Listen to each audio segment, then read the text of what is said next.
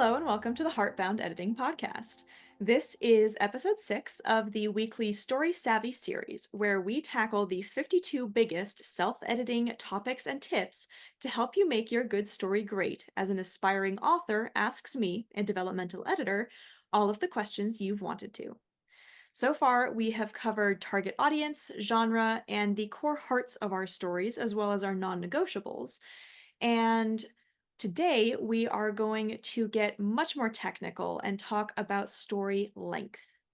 By the end of this episode, you'll hopefully feel well equipped to decide if splitting or combining your stories or ideas are the best option for what you're working on and your goals with it. Hi, my name is Agnes Wolf, an aspiring fantasy author who hopes to release her first middle grade novel later this year and also host and founder of Authors Alcove. I'm here to be getting into the nitty gritty about splitting or combining our stories with a developmental editor who has helped dozens of authors refine their books. So, my first question for today is, have I seriously assessed if I am telling one story or is it honestly multiple stories, which I should split out into multiple books, even if they are shorter? Where do you want to start with that? All right, so first off, I want to talk about different ways to look at splitting. So, a lot of people, when they're thinking about splitting a book into a series or just a duology or anything like that, they think that you have to just pick a spot in the book and write the end, and then that's the split. You just cut it in half exactly as it is. And before we do anything else, I just want to put it in your head that that's not the only option. I much more strongly recommend, often, particularly in fantasy, particularly in epic fantasy, particularly in basically all of the arenas that I play the most in, is that you can also split stories by topic. So let's say you've got a massive book and you've got 5 different plot lines and 4 perspectives, and you've got a lot happening. The way that I recommend splitting a book like that is not by word length. It's by what's covered. So if I was working with you and you wanted to split that book, what I would recommend is that you separate out the different plot points, and you'll obviously have to rekajigger the timeline a little bit to make it all make sense and flow linearly. But instead of just going, "Oh, here I'm gonna chop the book," I just want you to think about the option of, "Okay, well, I'm gonna take this character's arc and separate it from this character's arc. And I'm gonna take this scene and everything that leads up to it and back out of it, and that's gonna get pulled out of that story and put into this other one as its own beginning, climax, middle, and all that kind of stuff, leaving this other plot line with a lead up to it and a main story event and then the resolution as the only main storyline in the first one." So, when you're thinking about cutting things in half, I like to use the metaphor of pickup sticks, and I realize that that's dating myself a little bit. But if you have a bundle of different colored sticks, you don't necessarily want to just chop all of the sticks in half by length. What you want to do is sort all of the red and orange ones into one pile and all of the blue and green ones into another, if that mental image helps you understand one of the ways that we'll be talking about splitting stories here. So another consideration is the different requirements is a little bit of a strong word here, but length considerations for the indie publishing route where you're doing it all yourself, so self-publishing, or if you're going the traditional publishing route. Lastly, you are going to have a harder time making this call until you know whether your word count tends to go up or down during the editing process. So if this is your first book, I suggest that you tuck this away in the back of your head and bear it in mind, but that you go through the editing process once fully before you really start thinking about these things, because I know some authors who edit to slim and their book comes out 20,000 words slimmer than their first draft. I am not that kind of person. I always end up adding thousands of words to my word count through the self-editing process, from, big macro moving scenes around all the way through fixing typos. So knowing that about yourself is the third ingredient here that I just want to lay the groundwork with. All right, so what is too long and what is too short, and how do we know those magic numbers? Well, this is a very individualized question because there is no blanket answer of, oh, well, over this word count is too much. So, going back to topics that we've already covered in this series, I would encourage you to just do a little exercise with yourself in a notebook. So, if you know who your target audience member is, if they're a real person that you know, ask them, "Hey, how do you like long books? Do you like medium books? Do you like novellas? What do you like?" If this is a simulated person, see if Google can do some research for you. See if you can come up with an answer of, "Hey, most 14-year-olds like reading books about 50,000 words," or whatever that answer happens to be. Genre is probably the biggest definer of ideal word count, and we will definitely go into that a little bit deeper later on. But that's definitely the one that you should be paying the most attention to. And if you do no research on anything else, do research on genre. And you've also got considerations about submission requirements. So this is why I brought up the difference between indie and trad. So in indie, you can technically do whatever you want. The research is so that you're going to satisfy your readers and be more likely to be bought and that kind of things. But in trad, when you're submitting to an agent or a publisher, they will almost certainly have very strict requirements. I think one of the most common that I've seen is like it has to be 70,000 words to 100,000 words. And so when you're looking for these guidelines, you should have some idea of who you're submitting to, look at their website or email them if they don't have a website, which they should, just to be clear. And have those numbers written down and do not go outside them. Trad is flooded with manuscripts. And the least that you can do is make sure that if it says a minimum requirement of 80,000 words, you have at least 80,000 words. And if it has a maximum of 90,000 words, you do not have 90,001 words in your manuscript. So that's a big one if you're on the trad side of things. And then lastly, the consideration for coming up with your magic number for length is your purpose with the story and your goal with it. So if your purpose is to introduce this cool concept to the world and that's it, then you might want to just write a 10,000 word flash fiction or short story or whatever that technically would be. But if your goal is to flesh out a massive high fantasy world and change the way that your readers think about a massively important topic, you're probably going to need more words than that. So that really speaking to purpose, and then goal is just kind of circling right back around to, are you going indie? Are you going trad? Are you submitting to an anthology? Are you self-publishing? So there's no one answer to that, but there's a lot of different considerations when coming up with your answer for your book at this point in your life. So I know mine probably is a little bit longer, but it's fantasy, and I know fantasy can run a little bit longer, but it is middle grade, which again, so are there resources out there that we could find what is okay? Yes.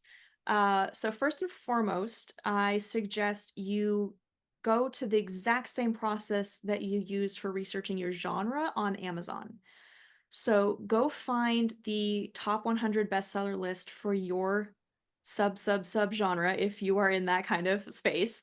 And the easiest way to get an estimated word count is on the Amazon sales page.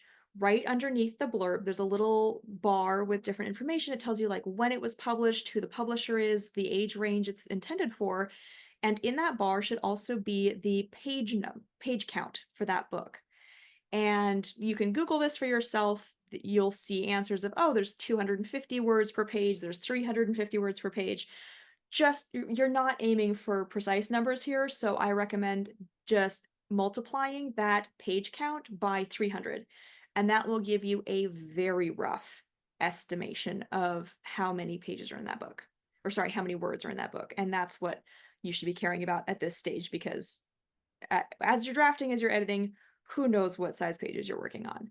So be on Amazon, Google. If you Google, standard word count for books per genre or per format, you can find infographics in like 5 seconds. And I would recommend looking at several and trying to find consensus because who knows who made them.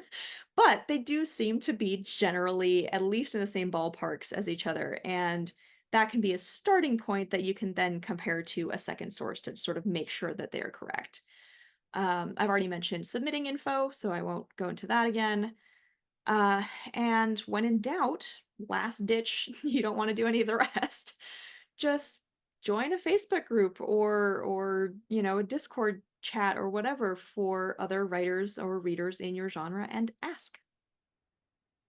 So the next question is something that I'm really curious about because I am currently trying to decide whether I need to change or whether I need to have more than one story.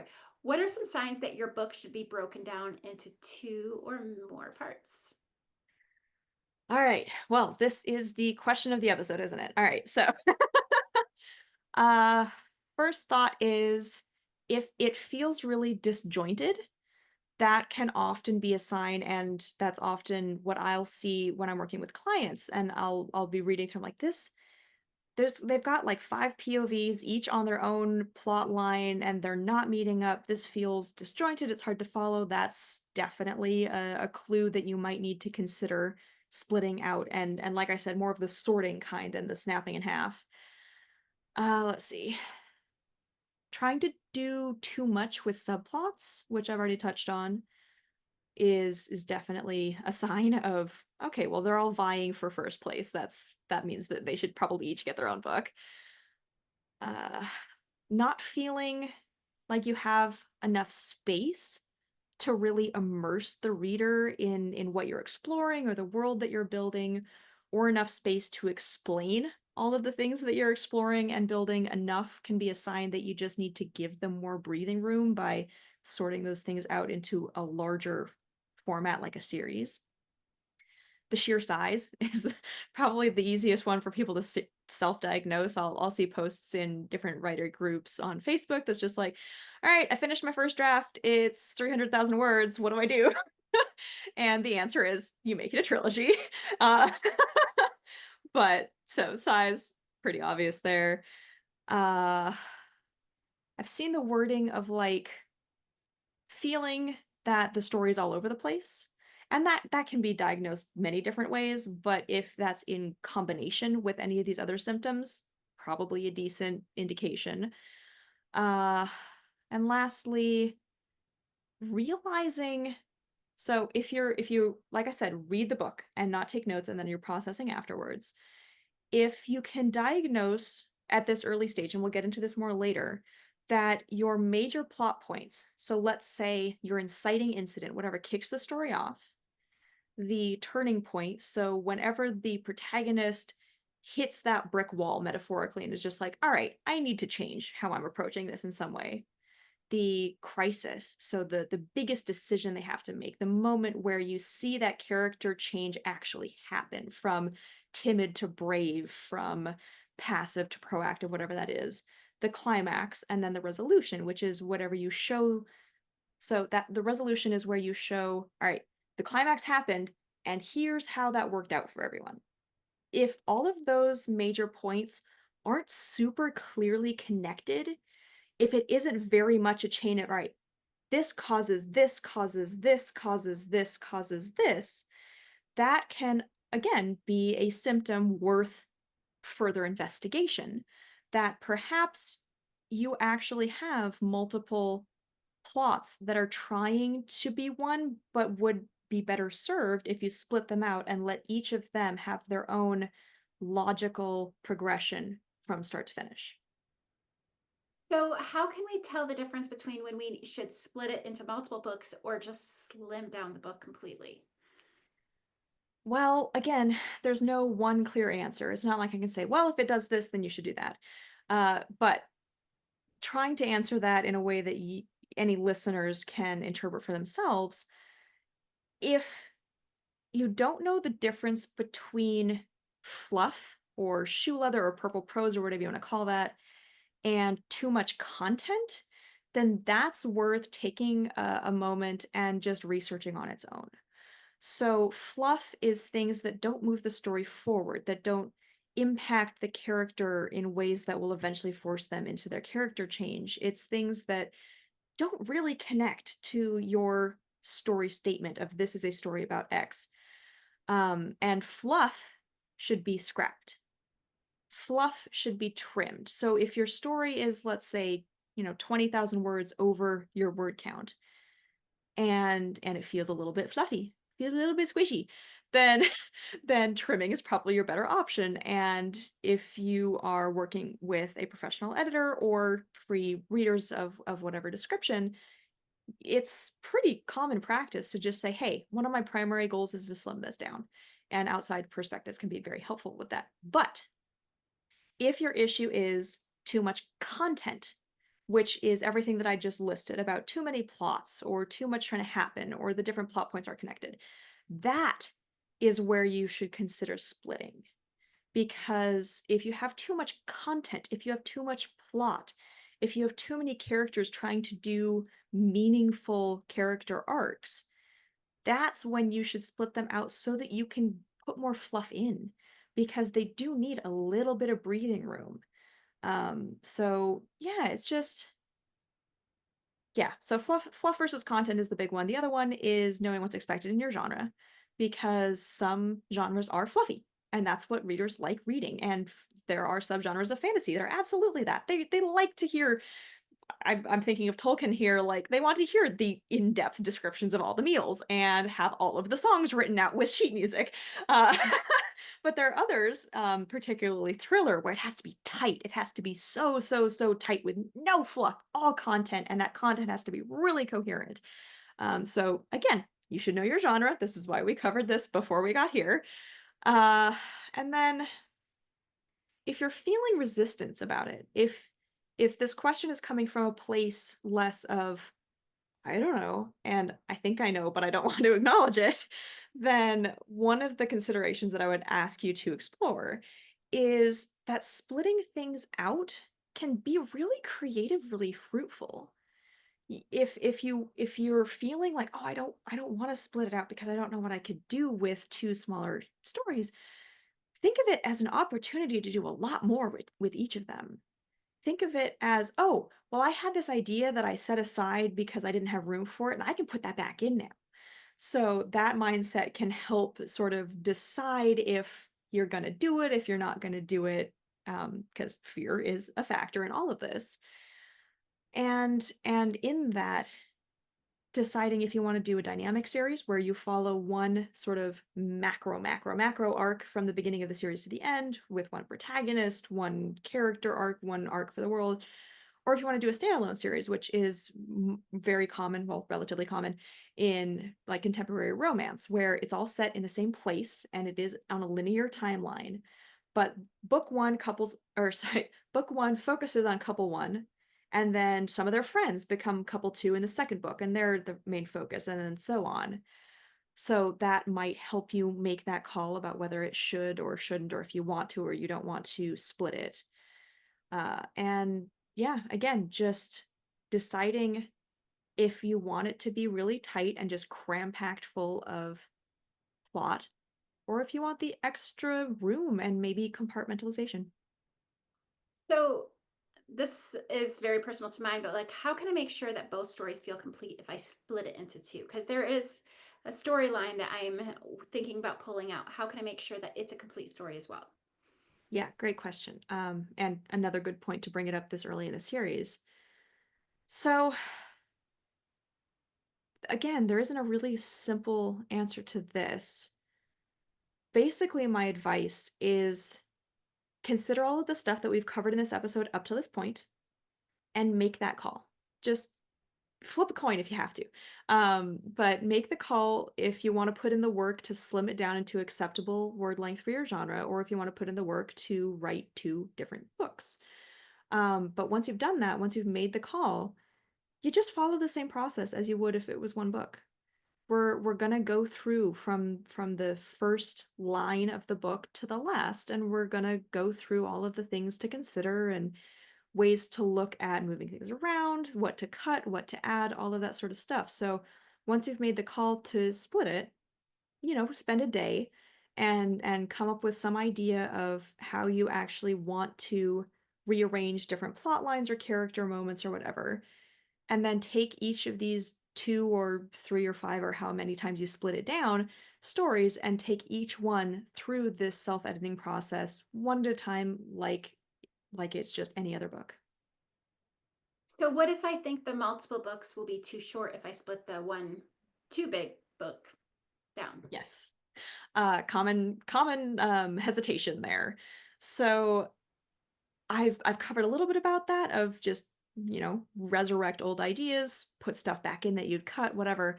But I also have a couple of pieces of advice here that I love giving, which is make more things go wrong. And that's not just a story, expanding piece of advice. That's general good plot advice, especially for epic fantasy or action adventure, anything where it's the bigness matters to the quality of the story. And then another piece of advice that I've actually used when I was trying to expand a story to be full length for what I was going for is simply start your protagonist further back from their eventual goal than you originally did. So let's say you're writing a story where the protagonist, classic hero's journey. So they are living their ordinary life, they get tapped on the shoulder with a quest, and they have to set off into the world. Well, if that's not going to get you up to your word count, how about you start them in a different town? And you have to give them a new inciting incident that forces them to go to the second town because of, story relevant reasons that connect to your story statement and all that kind of stuff. And that's where the original then picks up. So you're adding more length to the path of that story. And I don't recommend doing that too much at the end because after the climax, you should have only enough content to really show whether the protagonist made the right choice or the wrong choice in their climax. If you carry that on too long, it just loses interest. But if you take that protagonist starting point and you're like, all right, how can I make it a lot harder for them to even get to that starting point? Drop them off there and then give them a bunch of hurdles to get over. Between those 2 points, that's a much more productive way to expand a story. So on the other side of things, how do we know when we should just add more to the story as it is or add in a second story idea as a subplot or additional complication to the main story? I guess you've been kind of talking about that already. Yeah, but we've mostly been talking about, cutting down a bigger book and then dealing with that. But if you have a story on the other end of things, let's say you did NaNoWriMo and you wrote 50,000 words and that was your whole story, and then you realize that standard for your genre is at least 80,000 words, that's a different approach to it. So looking at it from that side of things, then it's a similar process to bulking up a book that you've split out. Um, Again, know the difference between fluff and content because I feel like in this particular situation, people tend to be like, oh, well, I need to add 30,000 words. I'm just going to make these chapters much longer and I'm going to describe so many details. And again, there's wiggle room depending on what genre you're in, but for the most part, if you just make sure that your mindset is about adding content, so specifically plot and character, over fluff, be that descriptions or, monologues or whatever your particular bent is, then that's already a significant head start. But I will also circle back to um getting outside feedback because that's something that I have helped people with, and I really enjoyed helping people with this. It's a fun problem to have, of just going, "Oh, well, you had an opportunity here to make this go way worse than it actually did, and you could play with that a lot." And, "Oh, well, you had this opportunity over here to have them go like, have to overcome way bigger obstacles to get to whatever point they're at 3 chapters later." I love that kind of stuff personally, and I'm sure I'm not the only developmental editor or critique partner or beta reader who feels that way. So, outside feedback and particularly from someone who knows your genre and knows what word count you're going for can be really fun for both of you. So, what if my book then becomes too long when I start adding all of these things? This is the seesaw problem. You have something too big, you cut it down, it's too short. You have something too small, you bulk it up, it's too big. Uh, Again, fluff versus content is one of those considerations. We will, like I said, go over slimming, um, what's the word I'm looking for? Tools and approaches later in this series. So that will be helpful. But honestly, don't worry about it until it's done and you have a real word count to assess. So if you're looking at a novella and you want it to be a full-length novel, don't stress about it getting too long until it actually is, if that makes sense. I've said this before, I'll say it again. Done is king. Getting the book written should be the priority until it is completely written.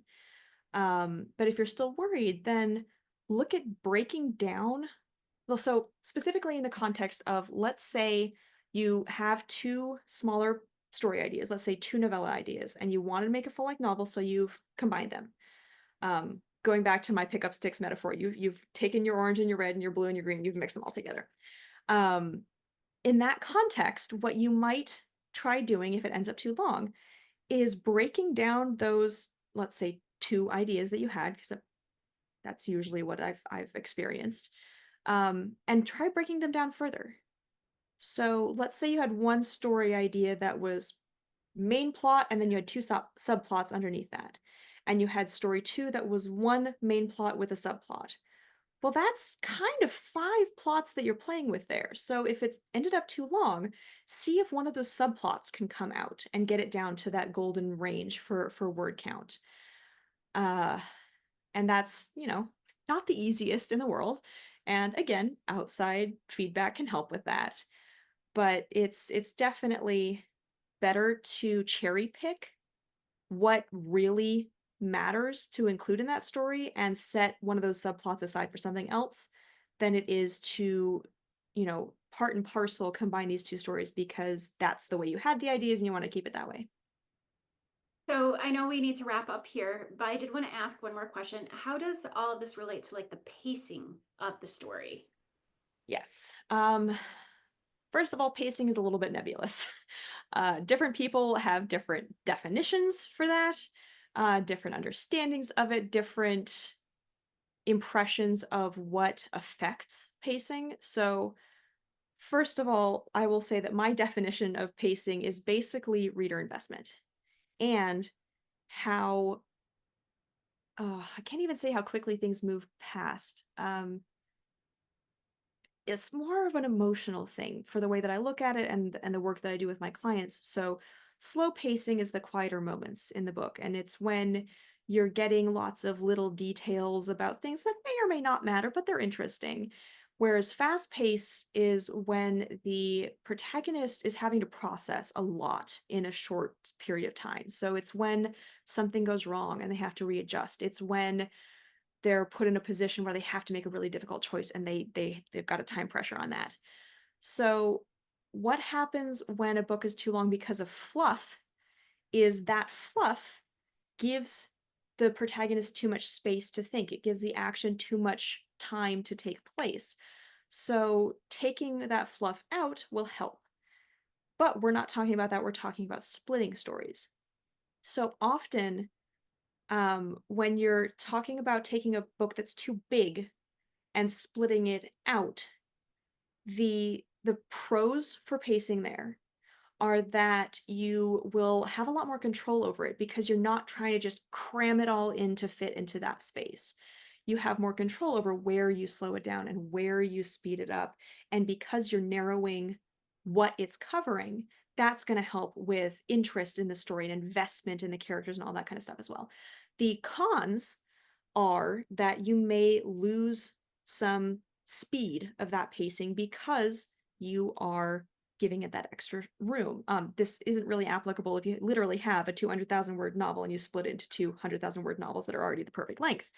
But um, when you're doing this, one of the considerations for splitting something out is making sure that you have enough open threads at the end of book one that are sort of leading into book two. So maybe they got the MacGuffin, they got this quest item, and they used it, but there's still part of the prophecy left at the end of book one, and that's going to lead them into book two. So when you've split, if you haven't done a series before and you aren't familiar with these concepts, you just need to make sure that there's a really solid reason or five for the reader to finish book one, go, yes, that was great. I feel so satisfied.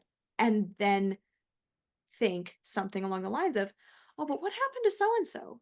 And then go pick up the second book and finish out that macro arc that you had originally written as one book. So for combining smaller books up into a book that's big enough that meets your requirements, the pros of this are that you can, well, trying to stay focused on pacing here. Uh, ideally, fix the pacing because instead of adding in a bunch of fluff to make it big enough, you're adding content, and that's going to be much faster paced. If you're adding fluff, that's slow. If you're adding more plot, that can again give you a lot more room to play with where you want it to be fast and where you want it to be slow because you actually have enough content to do fast as many times and for as long as you actually wanted to. The cons for pacing specifically are that when you've combined these two ideas like that, it can it can create coherence issues, which is a pacing issue. So making sure that you've got these two stories ideas actually integrated onto one path and that you are managing the pacing, so slows and fasts, emotional highs and lows, for that one integrated path can be challenging, but it's worth it. Uh, yeah. Does that answer your question? It does. And thank you so much for all of your insight.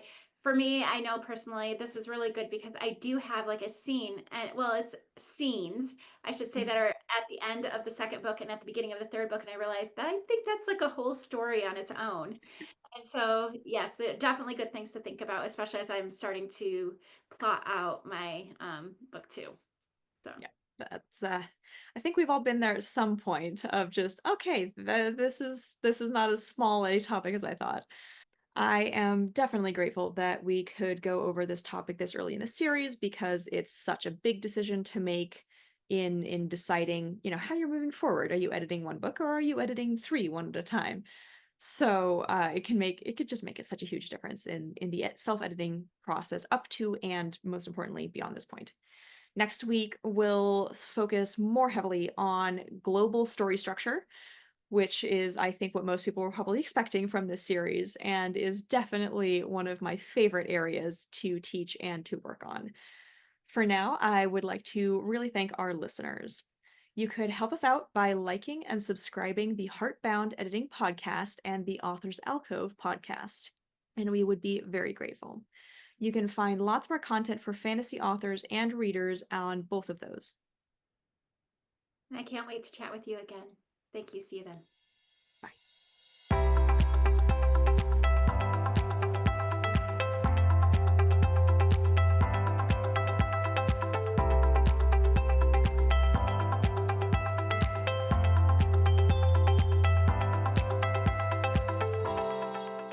Thank you so much for listening to the Heartbound Editing Podcast. I look forward to bringing you more content to help you make your good story great so it can change lives and change your world. Follow along to hear more, or visit my website linked in the description to learn how I can help you and your story to flourish. See you next time.